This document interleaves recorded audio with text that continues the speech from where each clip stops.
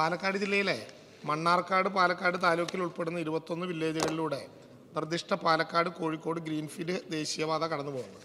Sir, ഇതുമായി ബന്ധപ്പെട്ട് ധാരാളമായിട്ടുള്ള പ്രയാസങ്ങളുണ്ടായിരുന്നു. പാലക്കാട്, മലപ്പുറം, കോഴിക്കോട് ജില്ലകളിൽ ഭൂമി ഏറ്റെടുക്കലുമായി ബന്ധപ്പെട്ട ഏറ്റെടുക്കൽ നടപടികളുടെ സങ്കീർണതയുണ്ടായിരുന്നു. ദേശീയപാത ഏറ്റെടുക്കലിനുള്ള ഒരു പ്രധാനപ്പെട്ട കാര്യം, ദേശീയപാത ഏറ്റെടുക്കലിന് 1956 NH ആക്ട് പ്രകാരമുള്ള വിജ്ഞാപനങ്ങളാണ് പുറപ്പെടുവിക്കുന്നതെങ്കിലും ഇന്ത്യയിൽ പൊതുവായി നടപ്പിലാക്കപ്പെട്ടിട്ടുള്ള LAR 2013 അനുസരിച്ചിട്ടുള്ള കാര്യങ്ങളാണ് തുക നിശ്ചയിക്കുന്നതിൽ നമ്മൾ കാണുന്നത്.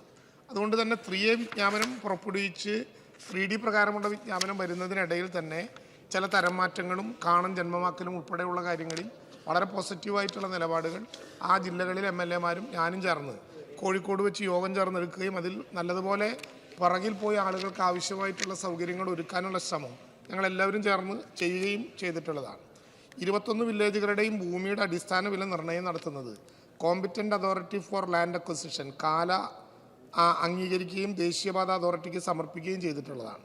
ഗ്രീൻഫീൽഡ് ഹൈവേക്കായി പാലക്കാട്, കോഴിക്കോട്, മലപ്പുറം എന്നീ ജില്ലകളിലായി 572.62 ഹെക്ടർ ഭൂമി ഏറ്റെടുത്തിട്ടുണ്ട്. പാലക്കാട്, കോഴിക്കോട് ദേശീയപാത നിർമ്മാണത്തിന് വേണ്ടി ഏറ്റെടുക്കുന്ന ഭൂമി 2013 ഭൂമി ഏറ്റെടുക്കൽ നിയമം പട്ടിക 1 പ്രകാരമുള്ള നഷ്ടപരിഹാരവും ഭൂമിയിൽ താമസിക്കുന്നവർക്ക് പട്ടിക 2 പ്രകാരമുള്ള പുനരധിവാസവും നൽകുന്നതാണ്. ഏറ്റെടുക്കുന്ന ഭൂമിക്കും കുഴിക്കൂർ ചമയങ്ങൾക്കും വെവ്വേറെ വില നിർണ്ണയം നടത്തി ആയതിൻ്റെ ഇരട്ടി തുകയാണ് നഷ്ടപരിഹാരം നൽകുന്നത്. ഭൂമിയുടെ വില 2013 ഭൂമി ഏറ്റെടുക്കൽ നിയമത്തിൻ്റെ 26(1) വകുപ്പ് പ്രകാരം മാർക്കറ്റ് വില അഥവാ BVR കണക്കാക്കുന്നത്. മാർക്കറ്റ് വില തയ്യാറാക്കുന്നത് 56 NH ആക്ടിലെ 3D പ്രകാരമുള്ള വിജ്ഞാപനം പുറപ്പെടുവിച്ചതിന് ശേഷവുമാണ്.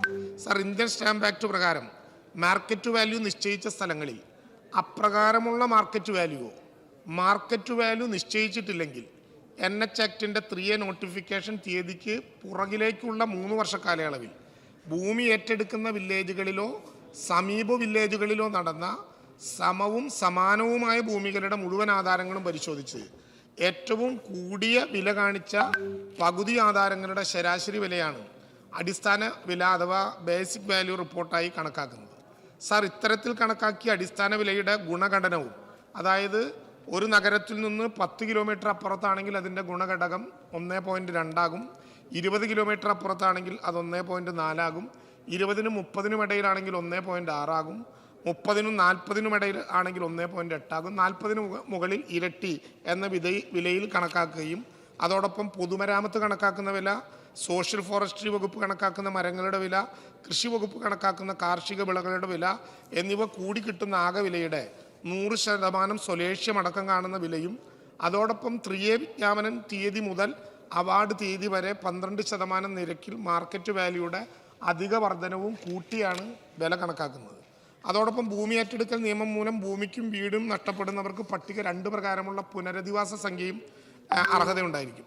സാർ, സബ്മിഷനിൽ പരാമർശിക്കുന്ന പ്രദേശങ്ങളിൽ ഏറ്റെടുക്കുന്ന ഭൂമിയുടെ അടിസ്ഥാന വില നിർണ്ണയത്തിനായി ഏറ്റെടുക്കൽ പ്രദേശത്തും സമീപ പ്രദേശങ്ങളിലും ലഭ്യമായ സമാനമായ ഭൂമിയുടെ മുഴുവൻ ആധാരങ്ങളും പരിഗണിച്ചിട്ടുണ്ട് എന്നാണ് കാണാൻ കഴിയുന്നത്.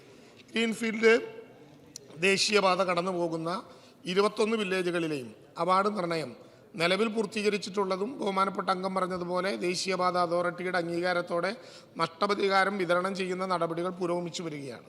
മാത്രമല്ല, ഇതിൽ അംഗമുന്നയിക്കുന്ന കാര്യങ്ങളിൽ നമുക്ക് പോസിറ്റീവായ സമീപനമാണ് സർക്കാരിനുള്ളതെങ്കിലും 1956 ദേശീയപാത നിയമപ്രകാരം കോമ്പറ്റൻ്റ് അതോറിറ്റി അഥവാ കാല ഒരിക്കൽ നിർണ്ണയിച്ച വിലയുടെ അടിസ്ഥാന വില അതോറിറ്റിക്ക് തിരുത്തുകയോ പുനഃപരിശോധിക്കുകയോ ചെയ്യാവുന്നതല്ല. കോമ്പറ്റൻ്റ് അതോറിറ്റി നിശ്ചയിച്ചിട്ടുള്ള നഷ്ടപരിഹാരത്തെ സംബന്ധിച്ച് ഭൂ ഉടമകൾക്ക് ഏതെങ്കിലും വിധത്തിലുള്ള ആക്ഷേപമുള്ള പക്ഷം 1956 ദേശീയപാത നിയമത്തിലെ 3G5 പ്രകാരം ആർബിട്രേറ്ററായിട്ട് നിശ്ചയിച്ചിട്ടുള്ളയാളെ സമീപിക്കലേ സാധ്യമാകൂ.